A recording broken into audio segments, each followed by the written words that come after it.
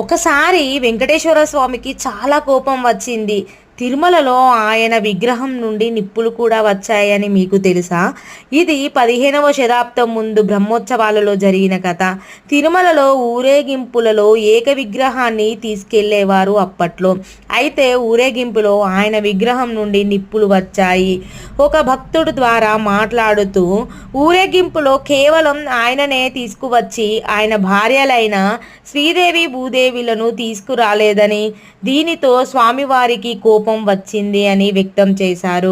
అప్పుడు వెంటనే శ్రీవారికి క్షమాపణ చెప్పినట్లు ఉంటుందని తిరుమల ఊరేగింపు ఆచారాలను మార్చేశారు.